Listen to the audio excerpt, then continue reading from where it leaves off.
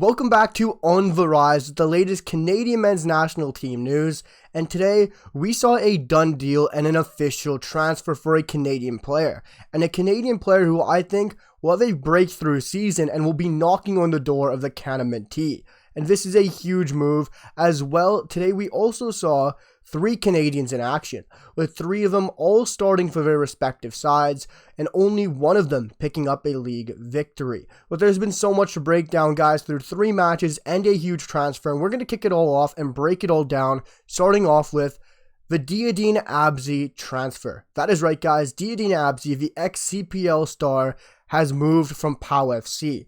Of course, went from the CPL to join Pau FC in Ligue 2, and is now moved from Ligue 2 Pau FC and joined in the Segunda Division in Spain's second tier with CD Leganes. And this is a huge move, and I highly rate the Segunda Division. It's one of the best second divisions in world football, in my opinion, just behind the Championship in England, and this is a very exciting move. Of course, CD Leganes did lose their first match of the season to FC Andorra, but the deal was announced from Pau FC earlier this morning, as they did tweet out this.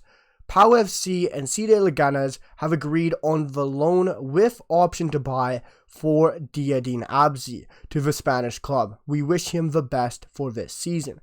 And then it was announced by CD Leganes with a couple of posts around the Canadian Diyaeddine Abzi joining the Spanish side. And for me, this is a very exciting transfer. I've highly rated Diyaeddine Abzi. I was very excited to see him make that move to Pau FC when he did make it. And now making a step up, a big step up in my opinion, to CD Leganes, a side that's been in Segunda Division. They've been in the second division in Spain's second tier for a little while. And you just got to look at the competition in that Segunda Division. It is a very exciting league. You got sides like Real Valladolid, who just got relegated, with, of course, Kyle Larin's old side. And you got some massive sides in that league. It's by far the best second tier division in my opinion. Outside of course, the Championship, there are some big sides in that Segunda League. You got Valladolid, Real Zaragoza. You have the likes of, as well, Espanyol, Levante, Leganes is also in there, Elche, Eibar. There's some great footballing sides, and the fact that Diyaeddine Abzi is moving to the Segunda Division, it's a very exciting move. He's still only 24. He can play on both wing backs. He's, of course, a left back, left wing back, and he will be backing up who they currently have right now, but I think he could very much break through.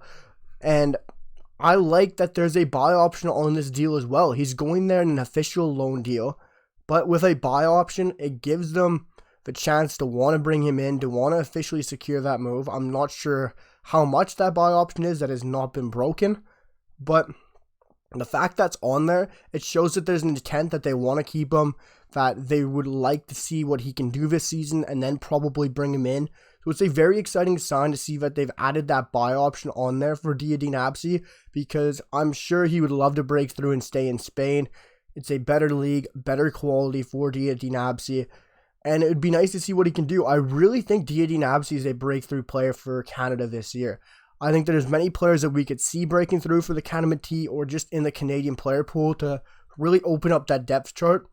And you got to look at that left back position. It is very deep behind you. Like, depends on what formation we play. In my opinion, we should be playing a 4-3-3. But if you look at an out-and-out left back, you have Alphonso Davies, Sam Matakubi, Diyaeddine Abzi is a great option. You have a lot of players who can play left back for the CanMNT. And I'm sure I'm missing a lot of players. But keeping on adding into that depth chart and bringing through players who can play in these second divisions in Europe, this is what CPL players should be doing, following the Diyaeddine Abzi model and the pathway, the Victor Laturi pathways. It's very exciting, and he's currently showing the model what CPL players can do, where they can move on to and how they can produce. And playing in the second divisions in Europe, it's very exciting. If you guys want to go watch, there's a great interview Reggie Cannon did do. I know he's a US mentee player, but he talks about the level and the jump from playing in the MLS even to playing in Europe, and how big of a jump it is and how it improves your career. And it's very telling. But what Diyaeddine Abzi did here, making a huge move to CD Leganes in the Segunda Division, in Spain is a huge move. It's very exciting, and for me, he's one of my breakthrough players, along with the likes of Theo Bair, Ike Ugbo. There are some great players out there for Canada who I think are going to completely open up the depth chart and really make it interesting for a lot of the starters in the CanMNT player pool, and a lot of the players really in those latter parts of the roster. And Diyaeddine Abzi at 24 has a lot of exciting years ahead of him and can really break through at a very fun, exciting league in the Segunda B division. But besides that, there was so much more happening in the world of football for Canadian men's national team, as we had the likes of Marco Bustos getting a start for IFK Värnamo. Only going 66 minutes in their side's loss today in the Swedish First Division to Degerfors. I might have said that name wrong, but Marco Bustos went 66 minutes, getting a 6.9 match rating, and he wasn't playing on the wing. He wasn't playing further up the pitch. He was playing in a midfield 3, and I really like this for Marco Bustos. I know he can play at the 10, and he can drop back and play in an 8 as well as a box-to-box role. But Marco Bustos is mostly known as playing as a right winger or on the wing, and being able to use his creativity and his flair and his beautiful work in the front 3 to create goal-scoring chances and opportunities. But being able to play as an 8 and a 10 is a very useful asset for Marco Bustos. And the fact he's been playing here for IFK Värnamo and seeing him start for IFK Värnamo, it's very exciting. Because you look at that Canadian men's national team roster, outside of like Ismail Kone, Stephen Eustaquio, Victor Laturi, Jonathan Osorio, there's question marks in that midfield. And for Marco Bustos to come in, we don't really have a true number 8 right now outside of Ismail Kone, who can advance the ball up the pitch, who can play those intricate passes, who can play the ball forward, who can dribble with the ball as well. And if Marco Bustos can keep producing in that role, in that number 10, number 8, box-to-box role, I think that is the perfect position for him to keep continuing and growing his footballing career for IFK Värnamo. Because that is the best spot that he can do for his footballing career for himself at a club level, as well as for the national team. And I would really love to see what he can do, because currently he's only 27 years of age, guys. He can keep playing till he's 32, 33 at a high level at that position. It's going to be very exciting for Canada. He can step in right now. It can be a experienced leadership in that midfielder role. You see 27 years of age. He's one of the older heads in that Canadian midfield. Look at Victor Laturi, Ismail Kone, they're all younger. Eustaquio's kind of around that age of Bustos. Osorio's aging now. I'd love to see Bustos continue to play and continue to flourish as a number 8 for IFK Värnamo, and I might try and do an in-depth video on him as an 8, him as a 10, and why that's so crucial for him at the national team level. But also, there was more action in Sweden as Malmö FF continued their title charge today, but falling 1-0 away to a 33rd minute goal from Johansson as they fell in their title charts. It was a very interesting match, but Derek Cornelius shone once again.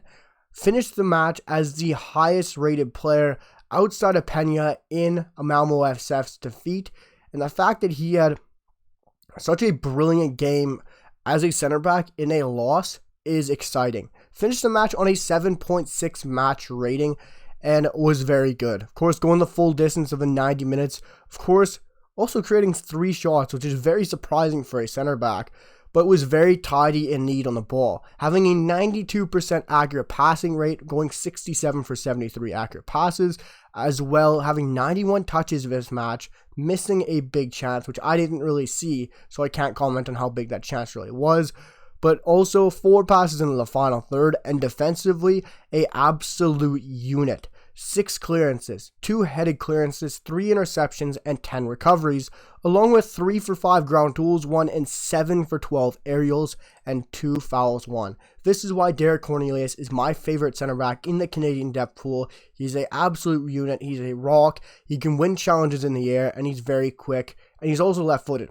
He's more preferred to play left center back, but he did play down the middle in a 3 by the likes of Pontus Jansson, a very good center back as well. And he showed his quality today, playing down the middle, a very good back line for Malmö FF, and he showed it once again today. He's been excellent since joining Malmö FF, and I hope he can continue on this very good streak for Malmo FF and hopefully win the title. But there was a very exciting match in Portugal today, and Canadians had brilliant form all throughout. Marco Bustos only went 60 minutes, but he was amazing, as well as Derek Cornelius, and the brilliance didn't stop there. FC Porto fell behind early on to BRILLIANCE as they scored in the 51st minute from Frimpong, but did go on to win this 2-1 for Stephen Eustaquio's FC Porto side. And Stephen Eustaquio finished the match as the lone midfielder, playing alongside Grujic, and Grujic got subbed off in the 56th minute and finished the match on a 6.3. Their number 10, Pepe, 7.9 match rating, man of the match, and just behind him, Grujic's partner Stephen Eustaquio finished the match on a 7.5 match rating, going the full 90 in a very impressive match. And he was very exciting, and Stephen Eustaquio has found his form once again. I told you guys the Super Cup was nothing to worry about between FC Porto and Benfica, with Eustaquio's performance not up to his best.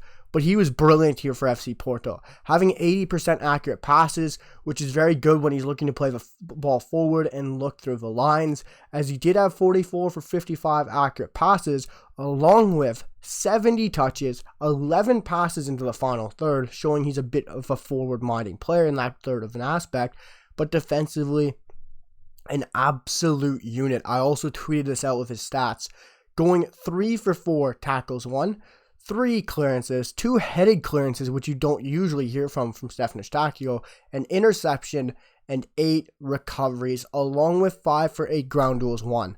I talked about this when they had their Super Cup against Benfica. Eustaquio wasn't up to the races. It's kind of a glorified friendly in some senses in some countries, I know. But Stephen Eustaquio wasn't up to the races against Benfica. Benfica are a phenomenal side, and Eustaquio just didn't really have one of his usual performances against Benfica.